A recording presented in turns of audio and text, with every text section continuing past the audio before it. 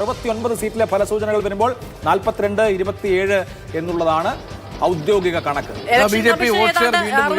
സീറ്റുകളിലെയും ഫലസൂചനകൾ പുറത്തുവിട്ട് തുടങ്ങുമ്പോൾ ഔദ്യോഗികമായ ഫലത്തെ തന്നെ നമ്മൾ ആശ്രയിച്ച് മുന്നോട്ട് പോവുകയാണെങ്കിൽ പോലും ബി.ജെ.പിക്ക് കൃത്യമായ ഒരു മുന്നേറ്റം ആഹ്ലാദ പ്രകടനം തുടങ്ങി. വാദ്യമേളങ്ങൾ ഉയരുന്നു. കാത്തിരിക്കാനായിരുന്നു നിർദ്ദേശമെങ്കിലും അതിനു മുൻപ് അണികളുടെ ആഹ്ലാദമാണ് പൊട്ടുകയാണ്. ഡൽഹിയിൽ അധികാരത്തിലേക്ക് എത്തുന്നു ബി.ജെ.പി. വാദ്യമേളങ്ങൾ ഒരുങ്ങി 27 വർഷങ്ങൾക്ക് ശേഷം ഡൽഹി പിടിക്കുകയാണ് ബി.ജെ.പി. 30 വർഷം അന്നത്തെ ജയം വെച്ച് കണക്കാക്കിയാൽ 3 പതിറ്റാണ്ടിന് ശേഷം ഡൽഹിയിൽ ഇന്ദ്രപ്രസ്ഥത്തിൽ വളരെ അഭിമാനകരമായ ഒരു പോരാട്ടത്തിന് ഒടുവിൽ ഏറ്റവും വലിയ ശത്രുവിനെ അടിച്ചു വീഴ്ത്തിയത് ബി.ജെ.പി. അധികാരത്തിലേക്ക് എത്താൻ പോകുന്നു. അതിന്റെ വാദ്യമേളങ്ങൾ മുഴങ്ങുകയാണ് ഡൽഹിയിൽ.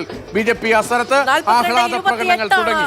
നമ്മൾ നൽകുന്ന വിവരം 42-27 ഔദ്യോഗികമായ ഫലസൂചനകൾ. എല്ലാ കണക്കുകളും ഏറെക്കുറെ ഒരു സംഖ്യയിലേക്ക് കേന്ദ്രീകരിക്കുന്ന സമയം എത്തിയിരിക്കുകയാണ്. ഇവിടെ നിന്ന് അങ്ങോട്ട് ഇനി എത്ര അട്ടിമറികൾക്ക് സാധ്യതയുണ്ട് എന്നുള്ളതാണ്. പക്ഷെ അതിന് സാധ്യതയില്ല എന്ന് തന്നെയാണ് നമുക്കിപ്പോൾ വിചാരിക്കാൻ കഴിയുന്നത്. കാരണം ബി.ജെ.പി. അത്രത്തോളം എല്ലാ മേഖലകളിലും നേരത്തെ ആം ആദ്മി പാർട്ടിക്ക് മുഴുവൻ വോട്ടുകളും അതേപടി മനസ്സറിഞ്ഞു നൽകിയ മുഴുവൻ മണ്ഡലങ്ങളിലേക്കും കടന്നു കയറി വോട്ട് പെർസെന്റ് അടക്കം വർദ്ധിപ്പിച്ചുകൊണ്ട് ബി.ജെ.പി. മുന്നോട്ട് പോവുകയുമാണ്. സമ്പൂർണ്ണ പരാജയം ഉണ്ടാവുന്നില്ല എന്ന ആത്മവിശ്വാസമോ ആശ്വാസമോ അവിടെ ആം ആദ്മി പാർട്ടിയെ സംബന്ധിച്ചുണ്ട്. ഇപ്പോഴും അതിഷി സ്ട്രഗിൾ ചെയ്യുന്നു എന്ന കാഴ്ച കൂടിയുണ്ട്. കെജ്രിവാൾ 348 വോട്ടുകൾക്ക് മാത്രമാണ് ലീഡ് ചെയ്യുന്നത് എന്നുള്ളത് കാണണം.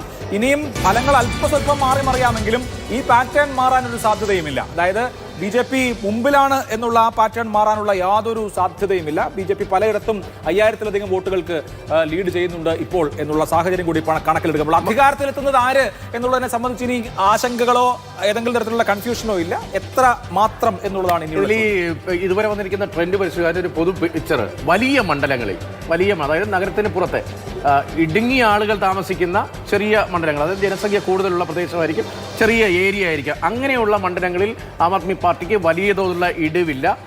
ഇപ്പോൾ ന്യൂഡൽഹി അടക്കമുള്ള മേഖലയിൽ ആം ആദ്മി പാർട്ടിയുടെ സാന്നിധ്യം അവിടെ ലീഡ് ചെയ്യുന്നുണ്ട്. അതേസമയം നഗരത്തിന് പുറത്തുള്ള വലിയ മണ്ഡലങ്ങളിൽ എല്ലാം ബി.ജെ.പി. ലീഡ് ചെയ്യുന്നു. ഇപ്പോൾ പടിഞ്ഞാറൻ ഡൽഹിയിൽ മുഴുവൻ ഒരു ക്ലീൻ സ്വീപ്പ് എന്ന നിലയിലാണ് ഇപ്പോൾ ട്രെൻഡ് കാണിക്കുന്നത്. ഉദാഹരണമായി പറഞ്ഞാൽ മറ്റിയാല ആ മണ്ഡലത്തിൽ ഇപ്പോൾ 4608 വോട്ടുകൾക്ക് ബി.ജെ.പി. ലീഡ് ചെയ്യുകയാണ്. അങ്ങനെ നിരവധി മണ്ഡലങ്ങളിൽ വലിപ്പമേറിയ വലിയ മണ്ഡലങ്ങൾ, അതായത് നഗരത്തിന് പുറത്തെ വലിയ മണ്ഡലങ്ങളിലൊക്കെ അവിടുത്തെ ഡൽഹിയിലെ വലിപ്പം വെച്ച് താരതമ്യേന വലിയ മണ്ഡലങ്ങളിലൊക്കെ ബി.ജെ.പി.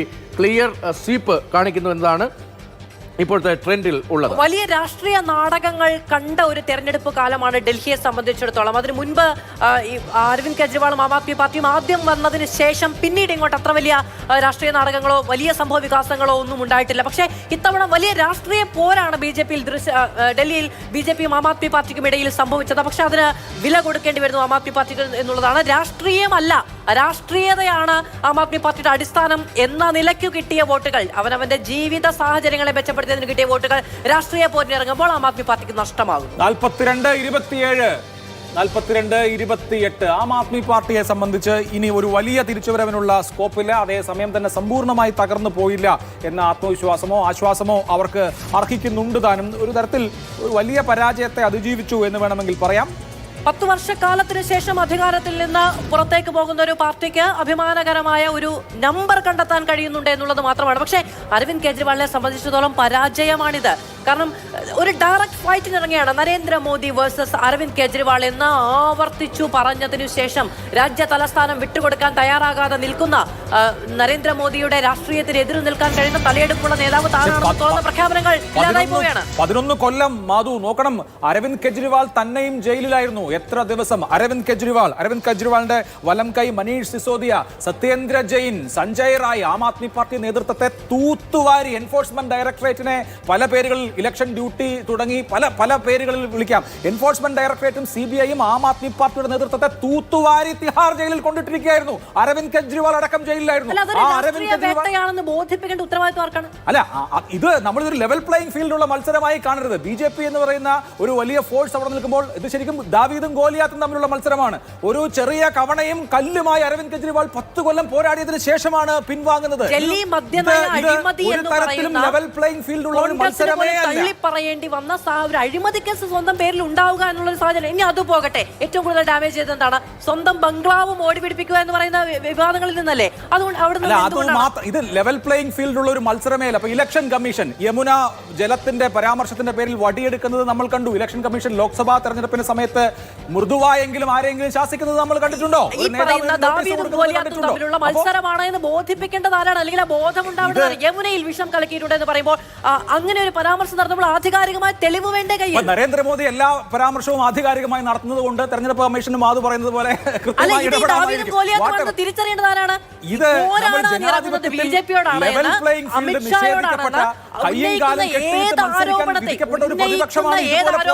ബൂമറാങ് പോലെ തിരിച്ചടിക്കാൻ കെൽപ്പുള്ള ഒരു രാഷ്ട്രീയ സംവിധാനം അവിടെയുണ്ട് എന്ന് തിരിച്ചറിയേണ്ടത് ആരാണ്? നമ്മൾ ഈ ജനാധിപത്യത്തിന്റെ പരിമിതിയെ കുറിച്ച് കൂടി സംസാരിക്കണം. അത് മണി, മസിൽ, മീഡിയ സകലതും ഒപ്പമുള്ള ഒരു ഫോഴ്സ്. എതിരാളിയുടെ ആയുധം എന്താണ്, ഇപ്പുറത്തെ രാഷ്ട്രീയം മാത്രം കൈകൊണ്ടുള്ള ഒരു വിഭാഗവും തമ്മിലുള്ള പോരാട്ടമാണ് ഇത്. പരസ്പരം കോമ്പീറ്റ് ചെയ്യാൻ കഴിയുന്ന രണ്ടുപേരുടെ മത്സരമേ അല്ല ഇത്. മുന്നോട്ട് വെക്കുന്നു എന്ന് പറയുമ്പോൾ അതിന് കിട്ടപിടിക്കുന്ന തരത്തിലുള്ള പരാമർശങ്ങൾ നടത്താൻ മുതിർന്നിട്ടില്ല അരവിന്ദ് കെജ്രിവാൾ. അരവിന്ദ് കെജ്രിവാളിന് രാഷ്ട്രീയമുണ്ട്, അതിന് സ്ട്രാറ്റജി ഉണ്ട്, അതൊക്കെ ശരി തന്നെ. അതിനപ്പുറത്ത് ബിജെപിയുടെ മണിയോടോ മീഡിയയോടോ മസിലിനോടോ മെഷീനറിയോടോ പിടിച്ചു നിൽക്കാൻ ഇന്ത്യ രാജ്യത്ത് ആർക്കും സാധിക്കില്ല. നമുക്ക്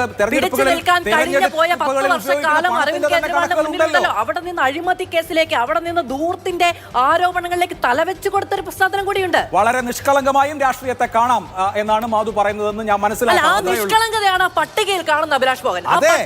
ഇതുപോലെ ഇന്ത്യൻ വോട്ടർമാരും മാധുവിനെ പോലെ നിഷ്കളങ്കരായതുകൊണ്ട് വീണ്ടും വീണ്ടും ബിജെപി വോട്ടറാണ്. ആളുകളോട് പറഞ്ഞു ഫലിപ്പിക്കാൻ കഴിയുന്ന രാഷ്ട്രീയമാണ് ഇത്രയും കാലം ഫൈറ്റ് ചെയ്തെങ്കിൽ ഇപ്പോൾ പറഞ്ഞു ഫലിപ്പിക്കാൻ കഴിഞ്ഞില്ല എന്നേ പറഞ്ഞോളൂ. നരേന്ദ്രമോദി പറഞ്ഞത് മുഴുവനും വിശുദ്ധ വാചകങ്ങളാണെന്നോ അരവിന്ദ് കെജ്രിവാൾ പറഞ്ഞത് മുഴുവൻ കള്ളത്തരമാണോ എന്നൊന്നുമല്ല പറഞ്ഞത്. പക്ഷേ ഇന്ത്യൻ രാഷ്ട്രീയ സാഹചര്യത്തെ മനസ്സിലാക്കണമെന്നേ പറഞ്ഞു. എന്തായാലും എന്റെ മനസ്സിലാക്കൽ ഇന്ത്യൻ രാഷ്ട്രീയ സാഹചര്യം ലെവൽ പ്ലേയിങ് ഫീൽഡ് ഇല്ലാത്തതും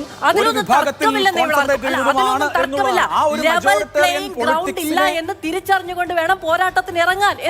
അരവിന്ദ് കെജ്രിവാൾ പോരാട്ടം നിർത്തിയില്ല എന്നെങ്കിലും സമ്മതിച്ചാൽ അത്രയും നല്ലത് എന്നുള്ളത് അക്കാര്യത്തിൽ എനിക്ക് പറയാനുള്ളൂ. എന്തായാലും